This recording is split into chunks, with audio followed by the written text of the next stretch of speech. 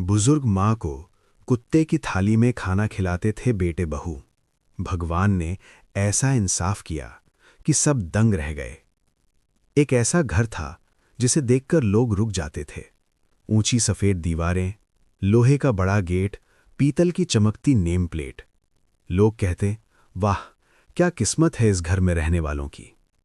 लेकिन उस चमक के पीछे एक ऐसी सच्चाई छिपी थी जिसे कोई नहीं जानता था। इस घर की असली मालकिन थीं सरस्वती देवी। उम्र 65 साल। कुछ साल पहले तक उनका जीवन बहुत खुशहाल था। उनके पति भानु प्रसाद शहर के सम्मानित पीएसआई थे। जब तक वे जीवित थे, घर में सरस्वती देवी की ही अंतिम बात मानी जाती थी।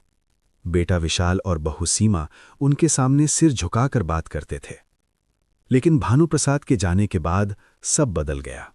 अब उसी घर में सरस्वती देवी की कोई जगह नहीं बची थी। घर के पीछे बने एक सीलन भरे छोटे कमरे में उन्हें रखा गया था। एक टूटी अलमारी, एक पुरानी चारपाई और एक धुंधला सा बल्ब। वही घर जिसे उन्होंने जीवन भर की कमाई और सपनों से सजाया था, आज उसी घर में वे कैदी बनकर रह गई थीं। एक रात, समय था 8 बजे का। डाइनिंग हॉल से गरम गरम पूड़ी, सब्जी और जलेबी की खुशबू आ रही थी। सरस्वती देवी की आंखें भर आईं। सीमा पहले कुत्ते को खाना देकर आई, फिर जो बचा वही एक पुरानी स्टील की थाली में डालकर सरस्वती देवी के सामने रख दिया। थाली में कड़क सूखी भाखरी और पानी जैसी पतली दाल थी। माँ ने धीमे से कहा, बेटा, मुझे पूड़ी और सब्जी की खुशबू आ रही थी, थोड़ा सा वही दे देती। सीमा झल्लाकर बोली, ओहो, अब महारानी को बैठे बैठे ऑर्डर देना है? जो मिल रहा है चुपचाप खा लो, वरना ये भी नहीं मिलेगा। दरवाजे पर खड़ा विशाल सब सुन रहा था, लेकिन उसने कुछ नहीं कहा। सरस्वती देवी ने कांपते हाथों से वो सूखी रोटी तोड़ी, आंसू दाल में गिरते रहे। कुछ दिनों बाद घर में बड़ी पार्टी रखी गई। शहर के बड़े अधिकारी बुलाए गए थे। विशाल सबको दिखाना चाहता था कि वो कितना सफल है। उसी शाम गेट पर एक सरकारी गाड़ी आकर रुकी। गाड़ी से उतरे भानु प्रसाद के पुराने मित्र रिटायर्ड डीएसपी राजेंद्र सिंह। उन्होंने पूछा, भाभी जी कहाँ हैं? सरस्वती देवी से मिलना है। विशाल घबरा गया।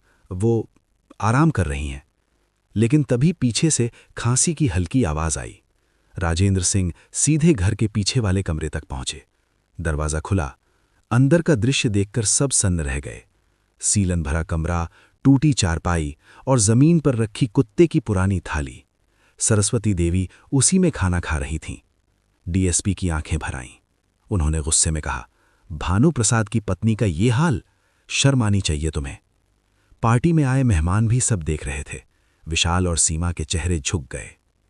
अगले दिन राजेंद्र सिंह एक वकील के साथ आए। उन्होंने सरस्वती देवी को समझाया, घर अभी भी आपके नाम पर है, अब फैसला आपका होगा। कुछ ही दिनों में सरस्वती देवी ने पूरा घर भानु प्रसाद वृद्ध सेवा ट्रस्ट के नाम कर दिया। निर्णय हुआ कि उस 7 करोड़ के महल को वृद्धाश्रम बनाया जाएगा। विशाल और सीमा को कानूनी नोटिस मिला। उन्हें घर खाली करना पड़ा। जिस घर पर उनकी नजर थी, वही घर अब बेसहारा बुजुर्गों का सहारा बनने वाला था। उद्घाटन के दिन वही सफेद दीवारें, वही बड़ा गेट, लेकिन इस बार नेम प्लेट बदल चुकी थी। उस पर लिखा था, भानु प्रसाद